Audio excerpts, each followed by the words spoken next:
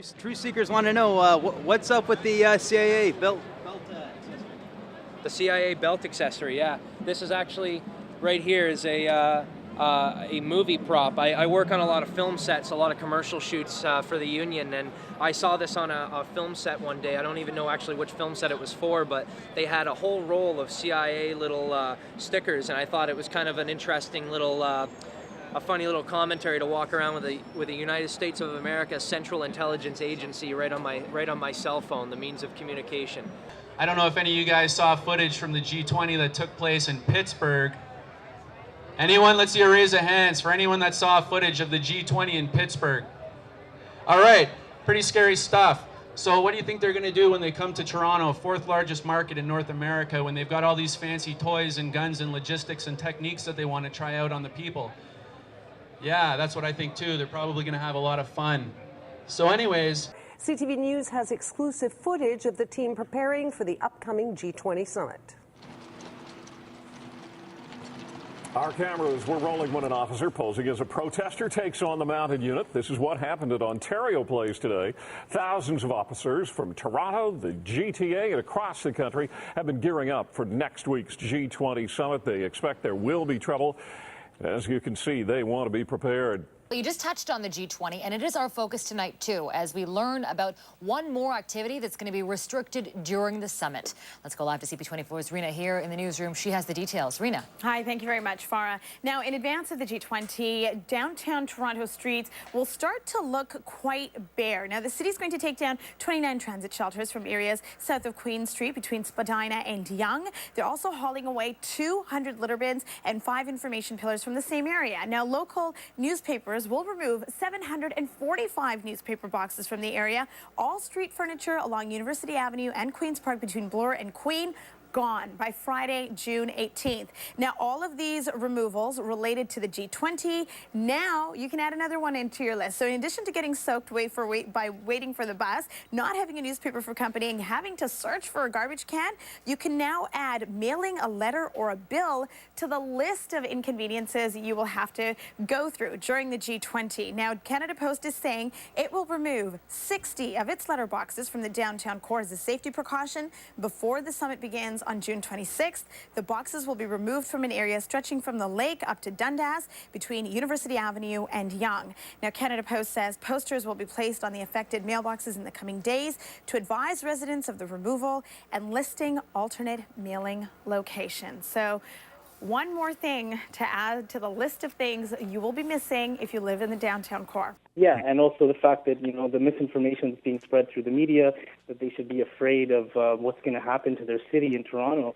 And I think we should all be afraid because, they're going to be turning the city and giving us a glimpse of what people in the global south face every day in terms of checkpoints, military officers on the streets with assault rifles, 15,000 or so armed guards that are going to be patrolling the streets. And this is simply because people are upset that G20, one of the most destructive institutions in the world, is coming to town to deliberate on how to mess up the world even more. But there are also some new questions we're hearing about the security company with the contract to look after things for the summits.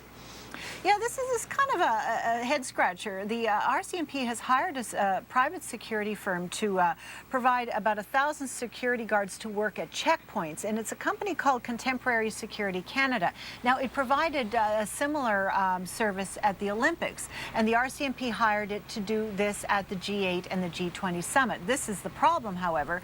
The company's based in Vancouver, and it doesn't have an Ontario business license, and it's only just applied for the license a few days ago. The problem is it takes about 6 months to get an Ontario business license because it's quite a rigorous process. So everybody's scrambling around to fast track the company's application because, of course, the G8 and G20 are in about 2 weeks. So, this probably will, play itself out, and they'll scramble to get to fast track the application. But there could also be criticisms for the sort of last minute planning. We're simply holding a press conference, and there were more police than media, and and it was only the police that we could see, along with the plainclothes cops standing around as usual, who come to our events, come to our meetings, where they are not welcome.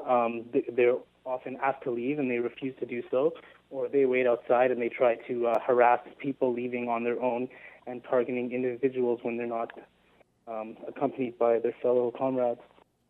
Right, and what was the purpose, I guess, or what was the message that you were trying to get across in the press conference?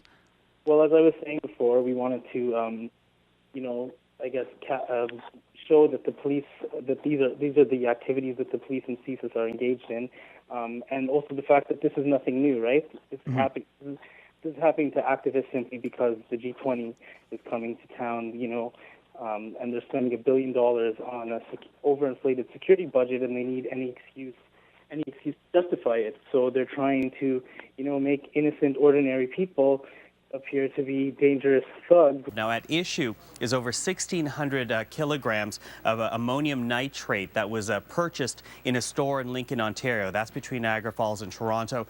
Here we have the Google Street View. This is Lincoln itself. I'm going to spin the map around.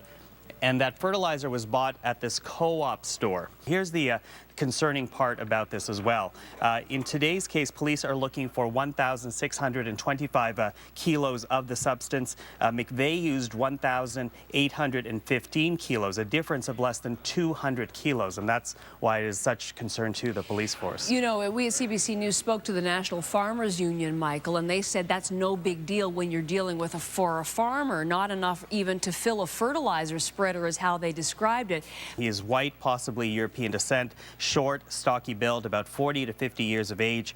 He walked with a slight limp and he was missing fingers on the right hand. He also drove away in either a maroon or red minivan. Security officials telling CP24 last night it looks like nothing more than what they described as, quote, a gardening incident, that the man, they went to 2 locations in Toronto, seized the fertilizer. They're not releasing the man's name. There's no criminal activity involved. Certainly it's all very bizarre and provided a huge scare and a great concern for security officials because of the potential to make a bomb with all that fertilizer.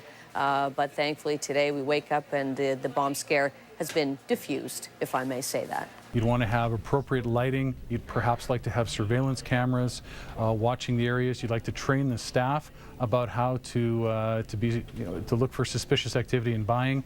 There might be some software and computerware that you'd install. Just general prudent security measures that would go a long way to reduce the risk of misappropriation of these products that are so critical to crop production. We don't want to lose them because farmers need them, and they need them affordably. What they're trying to say is that they want this ammonium nitrate, which is something farmers depend on, but something that is, as I said, potentially lethal, not to get into the wrong hands. You need to carry photo ID. That way you'll be able to pass those security gates a little bit easier with the photo ID.